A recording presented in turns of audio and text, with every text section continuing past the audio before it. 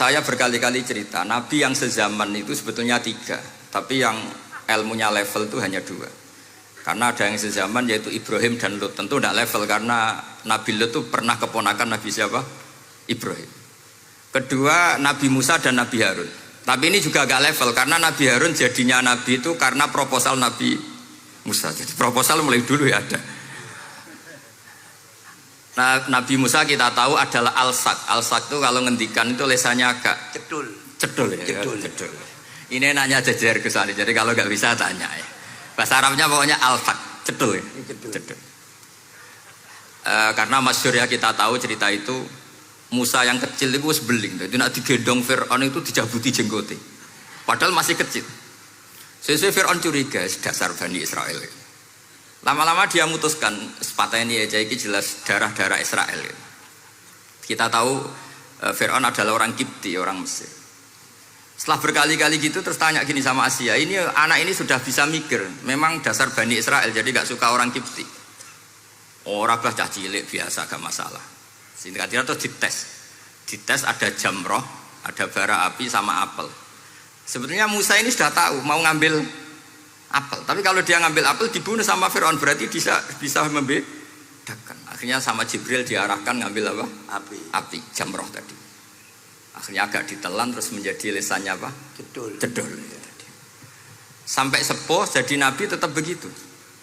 Makanya beliau ngendikan Rabbis shrahli sadri wa yassirli amri wahlul 'uqdatam min lisani yafqahu qawli. Terus proposalnya itu tadi waj'alli waziram min ahli Haruna akhi. Sebagian ayat lebih jelas lagi yaitu wa akhi Harun huwa afsahu minni lisanan fa arsilhu ma'iyya rid ayyusaddiqun. Jadi dan saudara saya Harun lebih fasih berbicara daripada saya. Jadi kualitas ilmiahnya bagus Musa tapi jubirnya itu Harun. Ya kira-kira kayak Mbah Lim dulu. Iya Mbah Lim. Ya. Jadi ini saya jubirnya Gus Ali, saya Harun, ini Musa. Maksudnya kaya karena sudah ada nabi. Singkat cerita, karena Musa itu agak alsak, sehingga Harun ini ya nggak levelnya. Padahal sezaman, sehingga ya nggak pernah bantah-bantahan, nggak pernah adu argumen. Yang benar-benar nabi sezaman dan kemudian sering adu argumen adalah Isa dan Yahya. Kita tahu umurnya ya imbang, kualitas al-mazaya wal wada'il juga imbang. Nabi Isa kita tahu wa yukallimun nasa fil mahdi wa kahla. Mulai kecil bisa ngendikan, ya sudah pinter. Nabi Yahya kita tahu ya Yahya khudil kitaba biquwah wa atainaul hukma sabiyya. Jadi sama-sama pinter. Wa hananan min ladunna wa zakah wa kana taqiyya. Itu dua beliau ini menjadi satu manhaj besar dalam Islam. Itu kalau main ke salah satu kampung, itu Nabi Isa tanyanya aneh.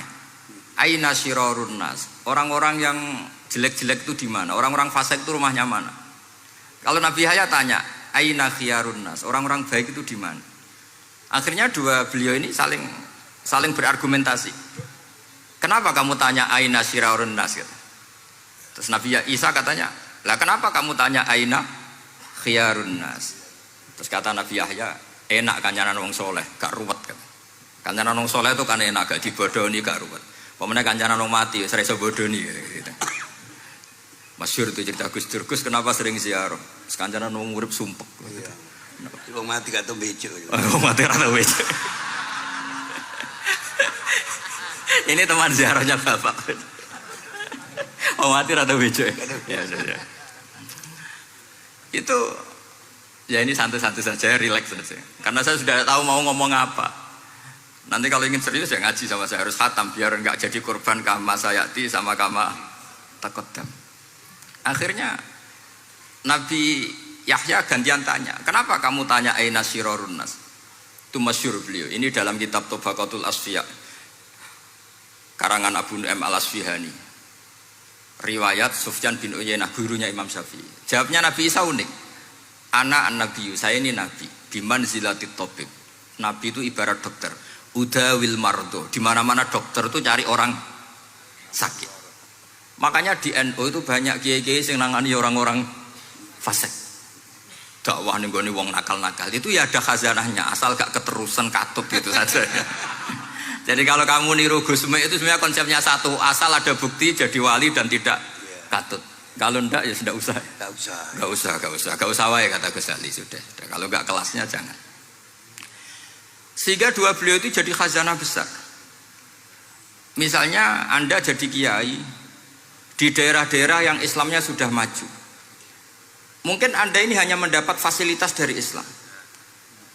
Makanya saya sendiri secara pribadi, misalnya kecelok pinter, tah ranking, tah juara musabaqah tilawatil Quran, kadang dari sekian prestasiku untuk umroh mendapat. Karena kita punya prestasi di daerah yang prestis. Sementara teman-teman kita, makanya ini kalau ada santri progresif yang nggak pinter, tak kasih ijazah, tak kasih support. Barokahnya tidak pinter, akhirnya hidup di daerah tertinggal. Barokahnya hidup di daerah tertinggal, Anda muassisul ma'had, Anda muassisul masjid. Sing prestasi hanya mendapat dari negara, yang tertinggal malah memberi kontribusi. Akhirnya apa? Lama-lama ini yang prestasi coro Jawa ngatok tomak. Saya dapat apa? Sementara yang di desa tertinggal saya bisa memberi apa? Sehingga Allah bikin wong bodoh itu ada rencana besar kira-kira. Jadi mau orang bodoh itu gak ada orang-orang santri yang hidup di daerah-daerah apa? Tertinggal. Aman golek prestasi, golek umroh. Terus ambisi ngimami Masjid Haram bareng. Terus kapan dakwahnya? Karena yang diburu itu mendapat, bukan memberi. Ini bahaya sekali bagi Islam. Sehingga tradisi guru-guru kita, nah santri pinter ya dilem, santri bodoh ya dilem, santri bulet ya dilem, santri setengah bulet ya dilem, sekabeh kaulane pangeran. Kok ana hikmah dhewe-dhewe kata gitu. Tapi ini bukan justifikasi atau melegitimasi kenakalan anak-anak Anda. Ini mau cerita ilmiah.